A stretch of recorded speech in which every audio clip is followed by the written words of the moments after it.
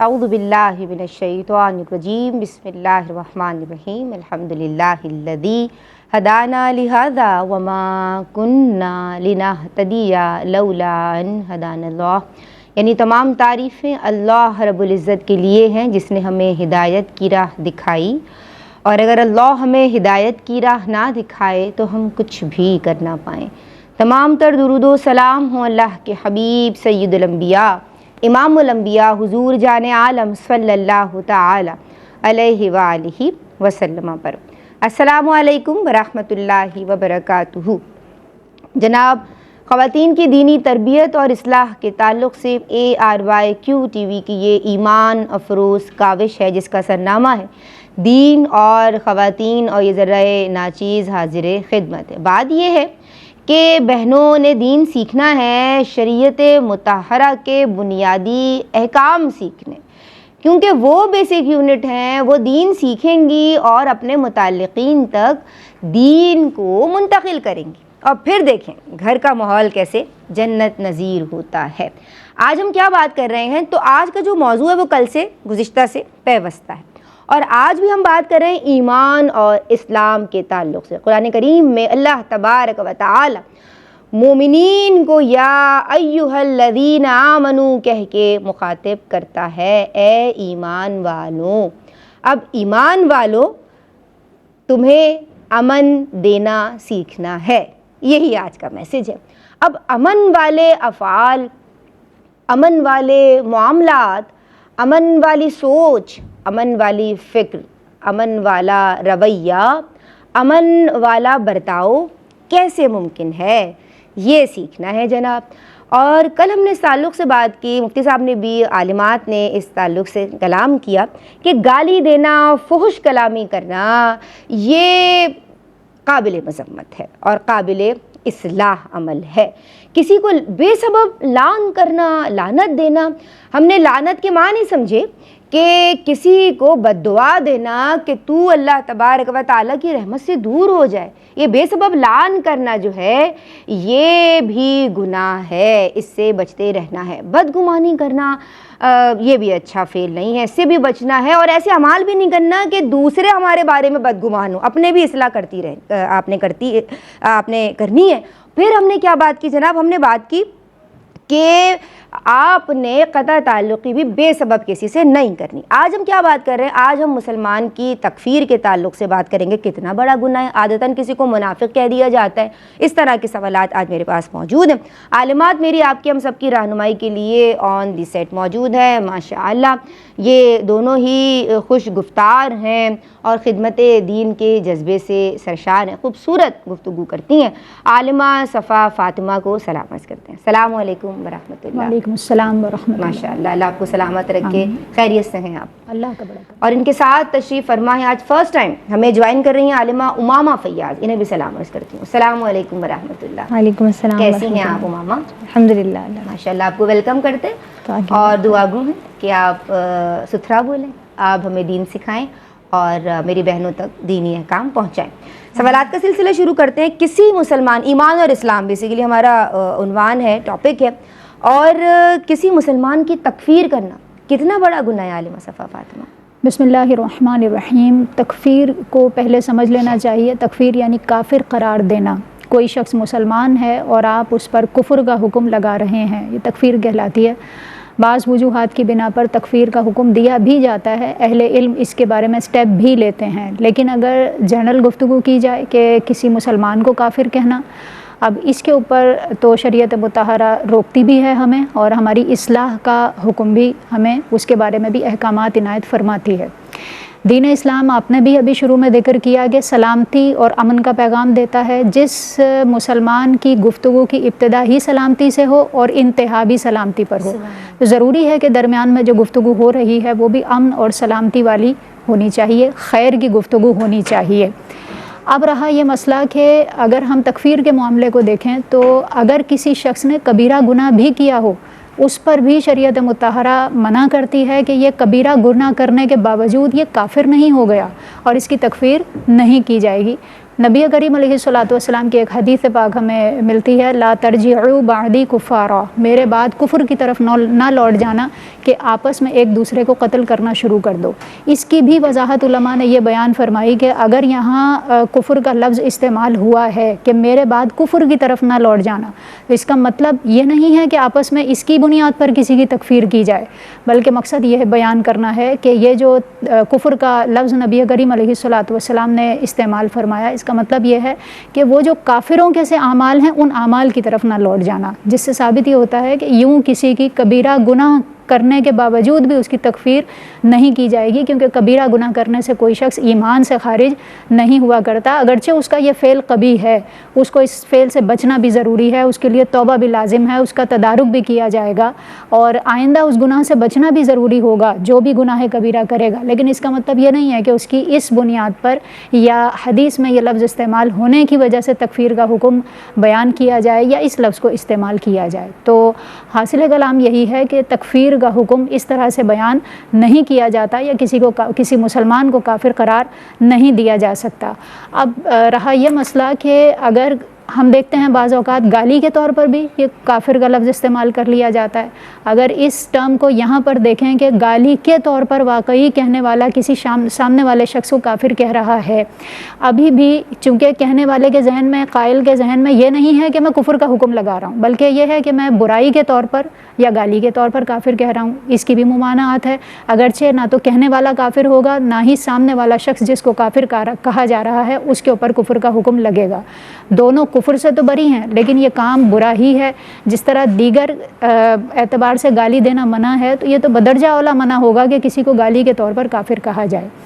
آخری بات اس حوالے سے یہ ہے کہ اگر بالفرض جیسا کہ حدیث پاک میں ذکر بھی ہوا کہ اذا اکفر الرجل اخاہ، اگر کوئی شخص اپنے بھائی کو کافر کہتا ہے تو یہ جو کفر ہے یہ دونوں میں سے کسی ایک کی طرف ضرور لوٹ کر آئے گا، اگر بالفرض سامنے والے میں علامات کفر واقعی ہوئیں تب تو ٹھیک ہے، اس کی طرف یہ کفر کی نسبت ہوگی، لیکن اگر نہ ہوئی اور آپ نے کسی مسلمان کو کافر کہہ دیا حالانکہ اس کے اندر کفر کی کوئی علامت موجود نہیں تھی، آپ نے بظاہر اس کو کافر سمجھتے ہوئے اپنے طور پر بزعم خود اس پر کفر کا حکم لگایا تو یہ کفر لوٹ کر کہنے والے کی طرف پلٹ جاتا ہے۔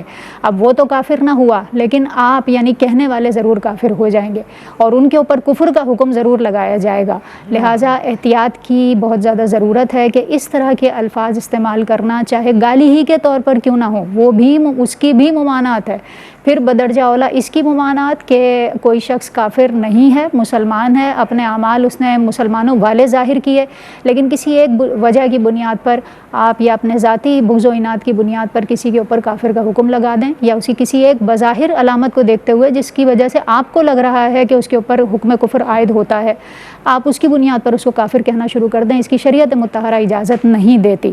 اگر بالفرض کسی میں علامات کفر نظر آ ہی جائیں اور آپ کو لگ رہا ہے کہ واقعی اس کے اندر اس طرح کی کوئی چیز پائی جا رہی ہے، ایسے میں بھی عوام کی ذمہ داری صرف اتنی ہے کہ وہ اہل علم کی طرف رجوع کریں اور اہل علم سے اس کے متعلق سوال کیا جائے، نہ کہ خود کسی کے اوپر کفر کا حکم لگایا جائے۔ جناب عالمہ امامہ فیاض کی سمت آتے ہیں، بعض لوگ جناب عادتاً ہیبیچول ہوتے ہیں، کسی کو بھی منافق کہہ دیا ہے نا، ایسا کہنا کیسا ہے، شرعی حکم کیا ہوگا؟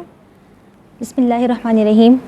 دین اسلام ایک کامل دین ہے جو انسان کی انفرادی، اجتماعی، معاشرتی اور اخلاقی یعنی ہر طرح سے ہر پہلو کو منور کرتا ہے، اور یہ ایک ایسا نظام حیات ہے جو انسان کو ہر طرح کی نیکی اور اچھائی کو اپنانے کا اور ہر برائی سے اجتناب کرنے کا حکم دیتا ہے۔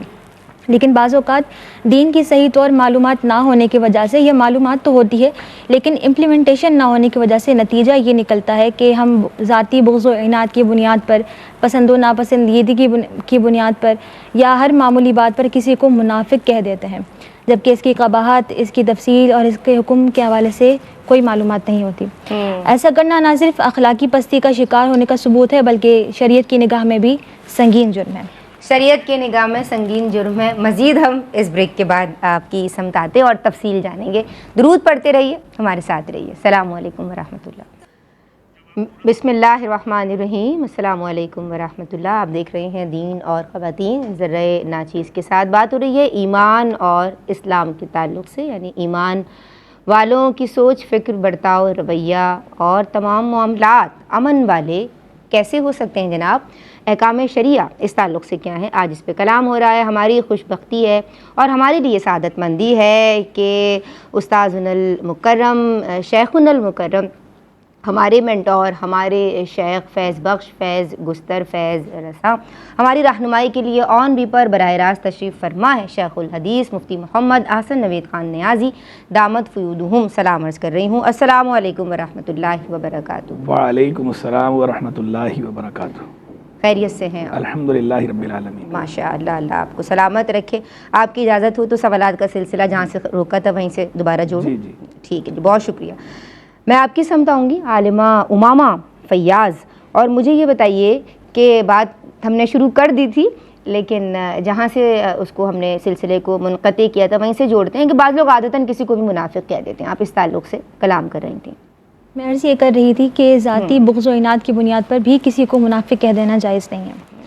اب رہا یہ مسئلہ کہ کسی شخص میں واقعتاً اور حقیقتاً نفاق کی علامات پائی جاتی ہیں، تو اس حوالے سے شریعت مطہرہ یہ وضاحت دیتی ہے کہ نفاق کی بیسکلی دو اقسام ہیں، نفاق اعتقادی اور نفاق عملی۔ نفاق اعتقادی یعنی دل میں کفر ہونا اور ظاہر میں اسلام شو کرنا، یہی اصل نفاق ہے جو انسان کو دائرہ اسلام سے خارج کر دیتا ہے۔ اس کا حکم تو دور نبوی میں ہی لگ سکتا تھا، کیونکہ یہ دل کی کیفیت ہے جس پر اللہ تبارک و تعالیٰ مطلع ہے اور نبی کریم صلی اللہ تعالیٰ علیہ وسلم سے جانتے تھے، ان کے علاوہ کوئی اور نہیں جانتا۔ جہاں تک بات رہی منافق عملی کی، تو یہ ایسا نفاق ہے جو عمل سے ظاہر ہوتا ہے جبکہ دل میں عقیدہ درست ہوتا ہے۔ اب ایسا شخص مسلمان تو ہوتا ہے لیکن اس کی صفات منافق کی صفات کے مشابہ ہوتی ہیں۔ اب منافق کی صفات کو حدیث پاک میں بیان فرمایا ہے، صحیح مسلم کی حدیث ہے جس کے راوی حضرت ابو ہریرہ رضی اللہ تعالیٰ عنہ ہے۔ ارشاد پاک ہے کہ منافق کی 3 علامات ہیں، جب بات کرے تو جھوٹ بولے، جب وعدہ کرے تو خلاف ورزی کرے، جب امانت رکھوائی جائے تو خیانت کرے، اور بعض روایات میں چوتھی صفت بھی بیان فرمائی اور اس طرح بیان فرمائی کہ جب جھگڑا کرے تو بد کلامی کرے۔ اچھا، اب کسی شخص نے یا منافق عملی نے اپنے عمل سے تو یہ ظاہر کر دیا کہ اس میں نفاق کی علامات پائی جا رہی ہیں، لیکن ایسے شخص کے لیے بھی براہ راست منافقت کا یا نفاق کا لفظ استعمال کرنا جائز نہیں ہے، کیونکہ یہ اس کی دل آزاری کا اور آپس میں نفرت پیدا ہونے کا سبب بن سکتا ہے۔ اور حدیث پاک میں جو علامات بیان فرمائی ہیں وہ اس لیے بیان نہیں فرمائی کہ جس میں بھی ہم یہ صفات دیکھیں یا ایک صفت دیکھیں اس پر نفاق کا ٹیگ لگا دیں اور اسے منافق کہنا شروع کر دیں، بلکہ یہ تو اصلاح کا مقام ہے کہ جو شخص اپنے اندر ایسی صفات دیکھتا ہے وہ اللہ تبارک و تعالیٰ سے توبہ کرے اور وہ ڈرے کہ کہیں بارگاہ الہی میں وہ منافق عملی کی حیثیت سے نہ اٹھایا جائے۔ پھر ہوتا یہ ہے کہ بعض اوقات ہم یہ تمام صورتحال دیکھتے ہوئے نارمل کنڈیشنز میں بھی یہی حکم لگا دیتے ہیں، یعنی کوئی شخص نیکی کر رہا ہے مثال کے طور پر، تو ہم کہیں گے کہ اس کے دل میں تو کچھ اور ہے، اور اس پر بھی پھر ہم یہ حکم لگانا شروع کر دیتے ہیں، منافق کہنا شروع کر دیتے ہیں، جبکہ ہم تو نہیں جانتے کہ کسی کے دل میں کیا چل رہا ہے۔ لہٰذا چاہیے کہ کسی شخص کے بارے میں اس طرح کا اعتقاد نہ رکھا جائے، منافق نہ کہا جائے، کیونکہ بغیر علم کے اس طرح کے احکام لگانا آپس میں نفرت کا سبب بن سکتا ہے۔ یہ تمام عادات قبیحہ ہیں اور یہ عادات قبیحہ خود انسان کو کفر تک لے جاتی ہیں۔ جی، تو ان تمام معاملات کی اصلاح بھی ضروری ہے جناب۔ مفتی صاحب میں آپ کی سمت آ رہی ہوں، عادتاً کسی کو منافق کہہ دینا اور کسی مسلمان کی تکفیر کرنا، میں چاہتی ہوں آپ رہنمائی فرمائیں۔ بسم اللہ الرحمن الرحیم، صلی اللہ علیہ حبیبہ محمد وعلی آلہ وصحبہ وبارک وسلم۔ آج کل ہم یہ دیکھتے ہیں کہ 2 انتہائیں ہمیں نظر آتی ہیں، ایک افراط ہے اور دوسرا جو ہے وہ تفریط ہے۔ اعتدال جو ہے وہ ہمیں نظر نہیں آتا، حالانکہ الاعتدال حلیۃ الرجال، اعتدال مردوں کا زیور ہے۔ خیر الامور اوساطھا، امور میں سب سے اچھا امر وہ ہوتا ہے جو میانہ روی ہو، جس کے اندر اعتدال ہو، بیلنس ہو۔ افراط و تفریط دونوں برے ہیں۔ ہمارا دین اعتدال ہے اور ہماری شریعت معتدلہ ہے۔ ہمیں منع کیا گیا ہے افراط اور تفریط سے، یعنی دونوں انتہاؤں سے منع کیا گیا ہے۔ تو تکفیر کے باب بہت سی چیزوں میں ہمیں جو ہے 2 انتہائیں نظر آتی ہیں، تو تکفیر کے باب میں بھی آج کل ہمیں 2 انتہائیں نظر آتی ہیں۔ ایک طرف ہمیں ایک بڑی تعداد ایسے لوگوں کی نظر آتی ہے کہ جو بات پر اگلے کو کافر قرار دے دیتے ہیں، چھوٹی چھوٹی بات پہ، چاہے اس کا تعلق کفر سے ہو یا نہ ہو۔ بعض اوقات تو ایسا ہوتا ہے کہ وہ بات حکم شرعی ہی نہیں ہوتا سرے سے، بس لوگوں نے سن رکھی ہوتی ہے اپنے باپ دادا سے، یا وہ اپنے ذوم میں اس کو دین کی بات یا شریعت کی بات سمجھ رہے ہوتے ہیں، اور دوسرا جو ہے اس کی خلاف ورزی کرتا ہے تو وہ اس کو اپنے ذوم کے مطابق جو ہے وہ کافر کہہ دیتے ہیں، چوکتے نہیں ہیں اس بات سے۔ ایک تو یہ ہے. دوسری طرف پھر وہ ہے کہ بعض اوقات وہ بات ہوتی تو دین کا حکم ہے، شریعت کا حکم ہوتی ہے، لیکن اس کا انکار یا اس کی خلاف ورزی کفر نہیں ہوتا، کیونکہ جو دین کے احکام ہیں وہ سب بھی ان کے آپس میں مراتب ہیں. اس کو باقاعدہ کیٹیگرائز کیا ہے دین نے، کلاسیفیکیشن ہے اس کی. ہر بات جو ہے وہ دائرہ کفر میں نہیں ہوتی، نہ ہر بات دائرہ ایمان سے خارج کرنے والی ہوتی ہے. دائرہ کفر میں داخل کرنے والی، دائرہ ایمان سے خارج کرنے والی جو چیزیں ہیں وہ محدود ہیں، ان کو بھی باقاعدہ واضح انداز میں بیان کر دیا گیا ہے، اور اس کے باقاعدہ اصول و ضوابط ہیں اور اس کی حدود و قیود ہیں. تو ظاہری بات ہے اس کے لیے علم ضروری ہے، اور عام طور پر لوگوں کے پاس اتنا علم نہیں ہوتا. تو یہ ایک منجھے ہوئے عالم کا یا ماہر عالم، ماہر مفتی کا کام ہوتا ہے کسی کے بارے میں یہ بتانا کہ یہ بندہ اب اپنے اس عمل کی روشنی میں یا اس قول کی روشنی میں دائرہ ایمان سے خارج ہو گیا. یہ عوام کا کام نہیں ہے، عام لوگوں کا کام نہیں ہے، بلکہ یہ ہر عالم کا کام بھی نہیں ہے. اس کے لیے مفتی، اور وہ بھی منجھا ہوا مفتی، ماہر، جسے جو ہے وہ ایک اچھا خاصا وقت گزرا ہو، ریاض ہو، باقاعدہ مشق ہو بہت زیادہ، وہ جو جس کا شعور پختہ ہو اور ساری چیزوں پر اسے اچھی گرفت ہو، وہی اس طرح کا کوئی فتویٰ باقاعدہ دے سکتا ہے جو آفیشل ہو. ادروائز جو ہے وہ ہر عالم بھی اس کا فیصلہ نہیں کر سکتا، چہ جائے کہ عام آدمی کو. تو بہرحال یہ ایک انتہا ہے، اس سے بچنا چاہیے. دوسری طرف ہمیں ایک انتہا یہ نظر آتی ہے کہ بعض لوگ کفر کے معاملے میں بالکل حساسیت رکھتے ہی نہیں ہیں. وہ کہتے ہیں کہ بس کوئی کچھ بھی کہہ دے، کچھ بھی کر دے، چاہے جو ہے وہ صراحتاً کفر بک دے، چاہے واقعی ایسے کام کر دے، ایسے افعال کا ارتکاب کر دے، ایسے اقوال کہہ دے کہ جن سے بندہ واقعتاً کافر ہو جاتا ہو اور سارے علماء کے نزدیک ہو جاتا ہو. وہ کہتے ہیں نہیں، کسی کو کافر نہیں کہنا چاہیے، لہذا کافر کوئی بات نہیں. خیر اگلا جب تک اپنے منہ سے نہ کہے میں کافر ہوں تو اس وقت تک جو ہے کسی پہ کفر کا فتویٰ لگ ہی نہیں سکتا. تو یہ بھی انتہا ہے کہ آپ زبردستی جو ہے وہ اگلے کو، ایک بندہ جو ہے واقعی جو دائرہ ایمان سے خارج ہے، دائرہ کفر میں داخل ہے اور سب کا اس پر اتفاق ہو، تو اس کے بارے میں اس طرح کی بات کہنا کہ آپ کہیں نہیں یہ بھی کلمہ گو ہے، یا اس کو آپ کافر نہ کہیں، یا کافر کو بھی آپ کافر نہ کہیں. تو کافر کو تو بہرحال کافر ہی کہا جائے گا. قل یا ایھا الکافرون، سورہ کافرون جو ہے اس کے آغاز میں اللہ تبارک و تعالی نے فرمایا محبوب فرماؤ اے کافرو. تو کافر کو کافر ہی کہا جائے گا، ہاں مومن کو کافر نہیں کہہ سکتے. تو یہ دو الگ الگ انتہائیں ہیں، دونوں انتہاؤں سے بچنا چاہیے اور دونوں انتہاؤں کی اصلاح کی ضرورت ہے. بیلنس ہے کہ جہاں واقعی جس پر کفر کا فتویٰ بنتا ہے، یا جو واقعی ائمہ نے، علماء نے، فقہا نے جس کے بارے میں طے کر دیا ہو، تو وہاں پر تو کفر کی بات کہی جائے گی. وہاں پر زبردستی جو ہے وہ نام نہاد روشن خیالی کا مظاہرہ نہیں کیا جائے گا کہ بندہ جو ہے اپنی طرف سے کہے کہ دین کا دائرہ جو ہے وہ اس سے اگلا باہر ہو گیا، پھر بھی بندہ کہتا رہے کہ نہیں نہیں خیر ہے کوئی بات نہیں. تو یہ بھی ٹھیک نہیں ہے. اور اسی طرح یہ انتہا بھی صحیح نہیں ہے کہ بندہ بات بات پہ دوسروں کو کافر کہے یا کافر ہونے کا فیصلہ کرے. یہ عام آدمی کا کام نہیں ہے. دونوں باتوں سے بچنا، دونوں انتہاؤں سے بچنا انتہائی ضروری ہے. یہ بات ہو گئی کفر کی، تکفیر کی. اور پھر ویسے بھی اس کی جو باریکیاں ہیں وہ بہت زیادہ ہیں، وہ ہر عالم بھی بعض اوقات نہیں سمجھ پاتا، چہ جائے کہ عام آدمی. تو لہذا جو ہے وہ یہ عام آدمی کو یا عوام کو بالکل یہ حق حاصل نہیں ہے کہ وہ اس طرح کسی صاحب ایمان کے بارے میں خود سے کفر کا فیصلہ کریں یا اس کے بارے میں کفر کی بات کہنا شروع کر دیں کہ یہ بندہ کافر ہو گیا ہے. یہ عوام کا کام نہیں ہے. دوسری طرف آ جائیں منافق کی طرف، تو منافق بھی چونکہ شریعت کی اصطلاح ہے اور نفاق بھی بہت بڑی بات ہے کسی کے لیے جو ہے منافق کا لفظ کہنا یا نفاق کا لفظ کہنا، تو اس طرح نہیں بولنا چاہیے. بالخصوص منافق اعتقادی جو ہے، نفاق دو طرح کا ہوتا ہے، نفاق اعتقادی عقیدے کا نفاق، دوسرا عمل کا نفاق. نفاق اعتقادی تو ویسی اس پہ آگاہی جو ہے وہ وحی کے ذریعے ہی ہو سکتی ہے. وحی کا سلسلہ منقطع ہو گیا جناب رسالت مآب صلی اللہ تعالی علیہ وسلم کے بعد. تو اب نفاق اعتقادی کی بات تو ہم حتمی یا جزمی طور پر کر ہی نہیں سکتے. نفاق عملی کی جہاں تک بات ہے تو نفاق عملی قرائن کے ذریعے جانا جا سکتا ہے، لیکن اس میں بھی بہت زیادہ احتیاط کی ضرورت ہے. یہ حساس معاملہ ہے. خود سے اس طرح بات بات پہ کسی کو منافق نہیں کہنا چاہیے، جائز نہیں ہے. ٹھیک ہے مفتی صاحب، بہت شکریہ آپ کا. کسی کے ایمان اور عقیدے کے بارے میں بدگمانی کرنا، اس کا کیا حکم شرع ہوگا؟ سوء ظن تو نارمل کنڈیشن میں بھی منع ہے. ایمان اور عقیدہ تو ظاہر ہے کہ وہ پھر سینسٹیو معاملہ ہے. اکذب الحدیث ظن کو قرار دیا گیا کہ جو گمان آپ کے ذہن میں آ جاتے ہیں یہ جھوٹی ترین بات، اس اعتبار سے کہ اس کا کوئی انتہا ابتدا کچھ ہے ہی نہیں، بس ذہن میں ایک گمان آ گیا، اس کو ذہن میں جگہ دے لی. تو یہ تو عام صورتحال میں بھی منع ہی ہوتا ہے، بلکہ اس کے حوالے سے حکم یہ ہے کہ اگر بالفرض کسی کے ذہن میں کوئی اس طرح کا گمان آ جائے جو کہ سوء ظن سے متعلق ہے، اب وہ اس کو دل میں جگہ اگر دے رہا ہے تب بھی منع ہے، زبان سے کہنا بدرجہ اولا منع ہے، دل میں جگہ بھی نہ دے، کیونکہ ایک مومن کا دل تو خانہ خدا ہی رہنا چاہیے۔ اب اس میں اگر کوئی سوء ظن آ بھی جاتا ہے تو اس کو جگہ دینے سے اجتناب کرنا چاہیے، یہ نارمل صورتحال میں بھی یہی حکم۔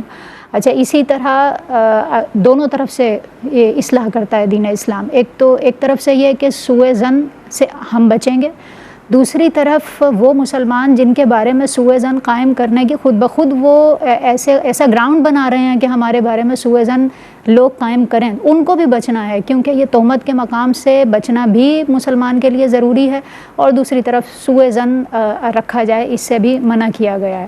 حتیٰ کہ یہ بھی بیان فرمایا گیا کہ دو باتیں آپ نے کسی سے سنی یا کسی کے متعلق آپ نے ایک بات سنی، اس کے دو پہلو ہیں، اچھا بھی ہے برا بھی ہے، واجب ہے کہ ایک مسلمان اس کے بارے میں پھر اچھا ہی گمان رکھے اور برے گمان کو دل میں جگہ نہ دے۔ ایسی کنڈیشن میں کسی کے ایمان کے بارے میں یا عقیدے کے بارے میں بلا وجہ اپنے طور پر گمان قائم کر لینا، جبکہ اس پر کوئی شرعی دلیل نہیں ہے، کسی عالم سے کنفرم نہیں کیا، اپنے طور پہ کسی کے بارے میں رائے قائم کر لینا، اس سے بچنا لازم ہوگا۔ اور اس کے ساتھ ایک بات اور عرض کروں گی کہ بالفرض بعض اوقات ایسا ہوتا ہے کہ ہماری پرسنل گیدرنگز ہیں، یا کسی جگہ آپ جاب کر رہے ہیں، یا خواتین بعض اوقات جاب کر رہی ہوتی ہیں، یا اپنی پرسنل گیدرنگز میں بعض لوگ ہوتے ہیں جن سے ہمارا ملنا جلنا رہتا ہے۔ اگر ان کے متعلق آپ کو یہ لگتا ہے کہ اگر ہم ان کے ساتھ مزید سٹنگز کریں گے یا ان کے ساتھ اٹھتے بیٹھتے ہیں تو ان کے عقیدے میں کچھ چیزیں ایسی ہمیں معلوم ہو رہی ہیں کہ جس کی وجہ سے ہمارے عقیدے یا ہمارے ایمان کے حوالے سے بھی ہمیں حساسیت تو ہونی چاہیے نا، ایمان اور عقیدہ معاملہ ایسا ہے، آپ کو لگتا ہے کہ وہ چیزیں آپ کے اندر کنورٹ ہو سکتی ہیں یا آپ کے لیے خرابی کا باعث بن سکتی ہیں، تو آپ کنفرم کریں علماء سے، اور اگر بالفرض واقعی وہ فساد عقیدہ کی طرف لے کر جاتی ہے وہ چیز، یا ایمان کی بربادی کا سبب بن سکتی ہے، اب ایسے میں حکمتاً ایسی صورتحال اختیار کی جائے کہ فتنہ بھی نہ ہو اور کسی قسم کا فساد بھی نہ ہو، لیکن آپ اپنے عقیدے کو بچائیں۔ تو اب یہاں پر اگر گمان قائم ہوا بھی ہے تو اس کی پھر وضاحت لی جائے گی علماء سے، جیسا کہ ابھی مفتی صاحب نے بھی بیان فرمایا کہ جب تک اہل علم سے رائے نہ لے لی جائے اپنے طور پر گمان قائم نہیں کیا جا سکتا، مگر یوں ہی چھوڑا بھی نہیں جا سکتا کہ اگر کسی کے عقیدے کا فساد آپ کو لگ رہا ہے کہ اس کی وجہ سے ہو سکتا ہے، آپ کے بچوں میں کنورٹ ہو سکتی ہے وہ چیز، یا آپ کے اندر ہو سکتی ہے کنورٹ، تو پھر اس صورتحال میں احتیاط کرنی ہوگی جبکہ آپ اس کے بارے میں باقاعدہ انفارمیشن لے لیں۔ جناب اس موقع پہ ایک بریک شامل کریں، حساس موضوع ہے اور غور سے سنیے جناب، ہم سب کو سیکھنا بھی ہے اور پھر سمجھنا بھی ہے۔ السلام علیکم ورحمۃ اللہ۔ بسم اللہ الرحمن الرحیم، السلام علیکم ورحمۃ اللہ۔ جناب دین اور خواتین میں آج بات ہو رہی ہے ایمان اور اسلام کے تعلق سے۔ عالمات ہمارے ساتھ آن دی سیٹ موجود ہیں اور آن بی پر براہ راست ہماری رہنمائی فرما رہے ہیں شیخ الحدیث مفتی محمد احسن نوید خان نیازی دعوت فیوض۔ میں عالمہ امامہ فیاض آپ کی سمت آؤں گی، اور مجھے یہ بتائیے کیا غیر عالم کسی کے عقیدے اور ایمان کے صحیح ہونے کے بارے میں اپنی رائے قائم کر سکتا ہے؟ اس بارے میں شریعت کیا کہتی ہے؟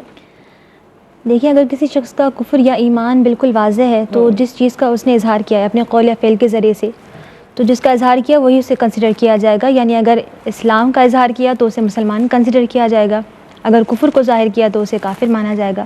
اور یہ تمام لوگوں کی شرعاً ذمہ داری ہے، اس میں عوام و خواص یعنی علماء غیر عالم تمام موجود ہیں، کیونکہ اس نے از خود اپنے عقیدے کا اظہار کر دیا ہے۔ باقی رہا ایسا شخص جس سے کوئی ایسا فعل سرزد ہوا ہے جس سے شک ہو رہا ہے، یا ایسی کوئی سیریس اسٹیٹمنٹ اس کی طرف سے آئی ہے کہ جس کی وجہ سے لوگوں کو لگا کہ اب ان پر توبہ لازم ہے اور معاذ اللہ انہوں نے کلمہ کفر ادا کیا، ان کا ایمان اب باقی نہیں رہا، تو اس طرح کی گفتگو کرنا عوام کے لیے جائز نہیں، اس کی شرعاً اجازت نہیں ہے، کیونکہ اس میں تفصیل ہے۔ علماء کرام بھی اس حوالے سے حکم لگانے میں حد درجہ احتیاط کرتے ہیں۔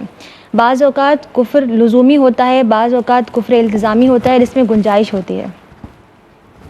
اگر کسی شخص کے کلام میں اس طرح کا جملہ استعمال ہوا ہے جس میں 99% اس کے ایمان کے ضائع ہونے کا شبہ ہے، but there is just 1% exception کہ اس کی ایمان کو بچایا جا سکتا ہے، تو علماء کرام اس کی ایمان کو بچانے کی کوشش کرتے ہیں۔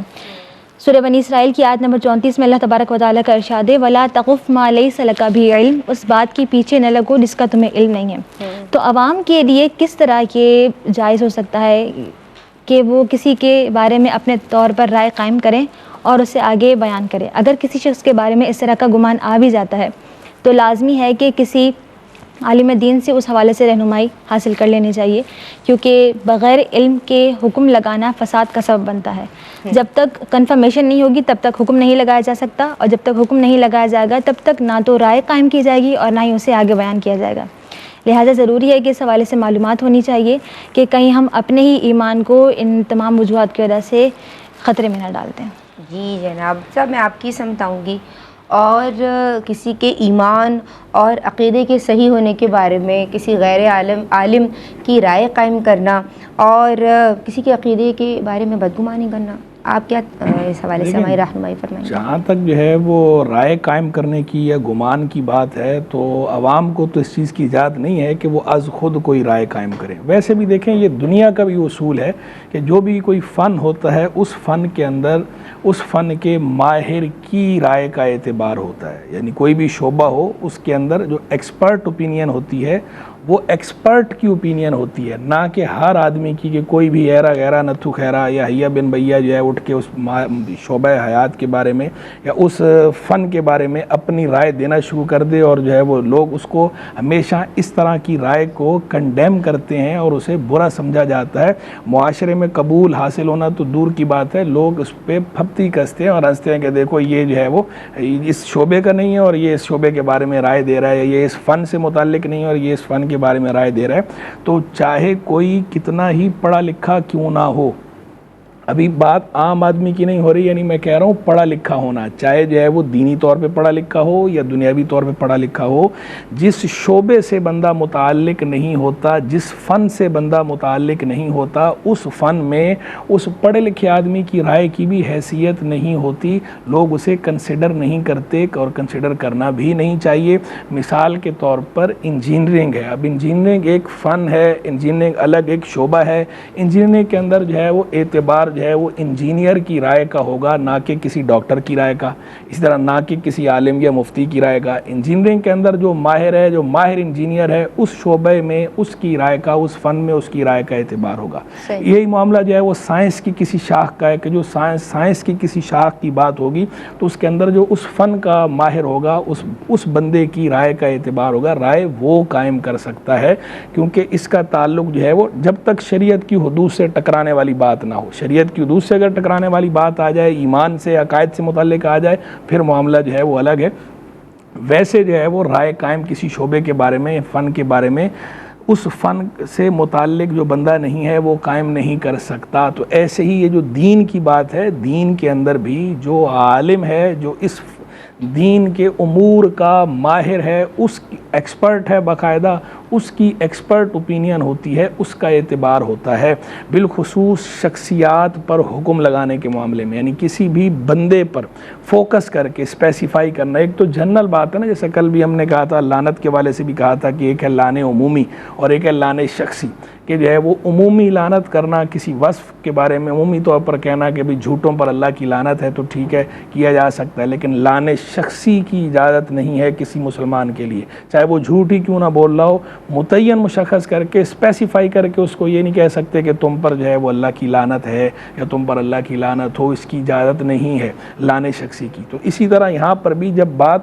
شخصیت کی آئے گی، کسی بھی یعنی کوئی بھی شخص ہے، شخصیت سے مراد جو ہے وہ امیر آدمی یا شخصیت سے مراد معزز آدمی نہیں ہے، کوئی بھی بندہ ہو، جو بندہ بھی ایمان والا ہے، صاحب ایمان ہے، چاہے جو ہے وہ معاشرے میں کم تر ہی کیوں نہ سمجھا جاتا ہو، جب اس کی بات آئے گی شخصی پرسنل بات آئے گی تو اس پر پرسنل جو جہاں تک حکم لگانے کی بات ہے اس کے بارے میں عام آدمی کو اس کی اجازت نہیں ہے کہ وہ از خود اس کے بارے میں کوئی رائے قائم کرے یا وہ خود سے حکم لگانا شروع کر دے۔ اس پہ کیا حکم عائد ہوتا ہے شریعت کا، یہ فیصلہ جو شریعت کے ماہرین ہیں وہ کریں گے، اور شریعت کے ماہرین جو ہے وہ اہل علم ہوتے ہیں، اور قرآن میں بھی یہی فرمایا گیا ہے فَاسْأَلُوا أَهْلَ الذِّكْرِ إِن كُنتُمْ لَا تَعْلَمُونَ، اہل ذکر سے پوچھو، یعنی اہل علم سے پوچھو اگر تم نہ جانتے ہو۔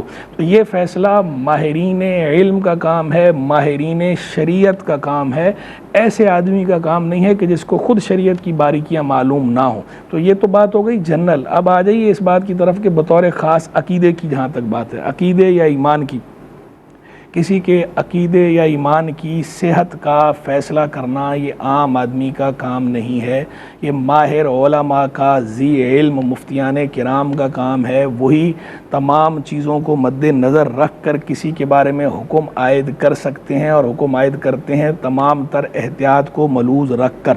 عوام کا کام ہے اہل علم کی بات پر عمل کرنا، ان کے پیچھے چلنا، ان سے لینا۔ تو رائے کا جو اعتبار ہوگا وہ اہل علم کی رائے کا اعتبار ہوگا، عام آدمی از خود کوئی رائے قائم نہیں کر سکتا۔ یہ بات ہو گئی کرسٹل کلیئر۔ پھر اس کے اندر باریکیاں بھی بہت زیادہ ہیں کہ کبھی ایسا ہوتا ہے کہ کوئی قول جو ہے، قول کا کفر ہونا اور چیز ہے اور قائل کا کافر ہونا اور چیز ہے۔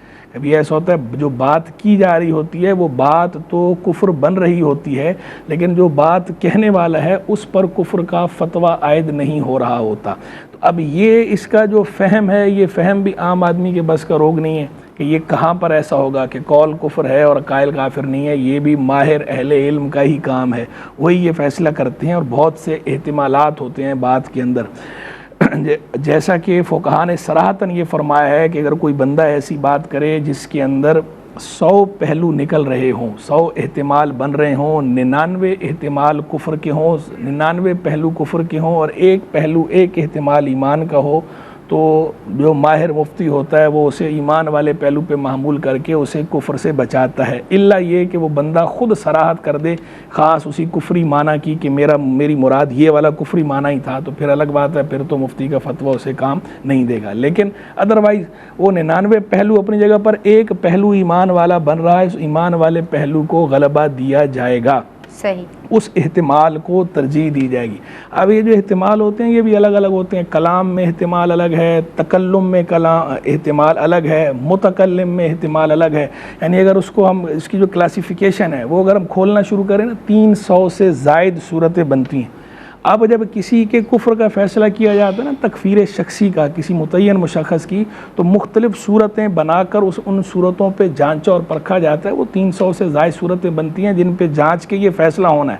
تو عام آدمی بیچارہ وہ ان اصطلاحات کو سمجھ ہی نہیں سکتا، اس کے لیے ان اصطلاحات کو سمجھنا مشکل ہے، چیز ہے کہ وہ فیصلہ کرنا۔ تو اس لیے عوام کا یہ کام نہیں ہے کہ وہ اپنے مرتبے سے اوپر کی باتیں کریں، وہ بہرحال حسن ظن رکھیں اور علماء کے پیچھے چلیں، اہل علم جو انہیں رہنمائی فراہم کریں۔ جہاں پر اہل علم یہ کہیں، بتائیں کسی کے بارے میں کہ یہ بندہ جو ہے تمام اصول و ضوابط کی روشنی میں شریعت کے یہ ثابت ہوتا ہے دین کے کہ یہ بندہ بد عقیدہ ہے یا یہ بندہ ٹھیک نہیں ہے، اس کے بارے میں وہ رائے قائم کریں۔ ادروائز خود سے کسی کے بارے میں ایسی رائے قائم کرنے کی عوام کو بالکل اجازت نہیں ہے، اور اسی میں عافیت ہے دین کی بھی۔ اور خود قرآن مجید فرقان حمید میں بھی فرمایا گیا وَلَا تَقْفُ مَا لَيْسَ لَكَ بِهِ عِلْم، جس چیز کا تمہیں علم نہ ہو اس کے پیچھے نہ پڑو۔ ان السمع والبصر والفؤاد کل اولئک کان عنہ مسئولا، بے شک سماعت سے، بصارت سے اور دل سے ہر بات سے سوال پوچھا جائے گا۔ یعنی ان ساری چیزوں سے بچنا ہے۔ دل کہہ کے یہ اشارہ بھی دے دیا ہے کہ گمان سے بھی بچنا ہے، بات کہنے سے جس طرح بچنا ہے، بات سننے سے جس طرح بچنا ہے، تو برے گمان سے بھی اسی طرح بچنا ہے۔ بری بات کہنے سے بچنا، بری بات سننے سے بچنا اور برے گمان، تینوں باتوں سے بچنا ہے۔ قیامت کے روز ان کے بارے میں سوال ہوگا۔ اللہ اکبر، اللہ اکبر۔ بہت شکریہ مفتی صاحب آپ کا۔ میں عالمات آپ دونوں کی، عالمہ صفا فاطمہ اور عالمہ امامہ فیاض، شکر گزار ہوں۔ ناظرین آج کے لیے بس اتنا ہی۔ ایمان والے محتاط ہوتے ہیں، کانشیس ہوتے ہیں، حساس ہوتے ہیں، وہ اپنی سوچ اور اپنے فکر کا بھی خیال رکھتے ہیں اور اسے بھٹکنے نہیں دیتے، اور اللہ تبارک و تعالیٰ کو راضی رکھتے ہیں۔ درود پاک پڑھتے ہوئے ہی پروگرام سے آپ تمام کی جانب سے، اپنی جانب سے رخصت چاہوں گی۔ السلام علیکم ورحمۃ اللہ۔ اللہم صلی علی محمد۔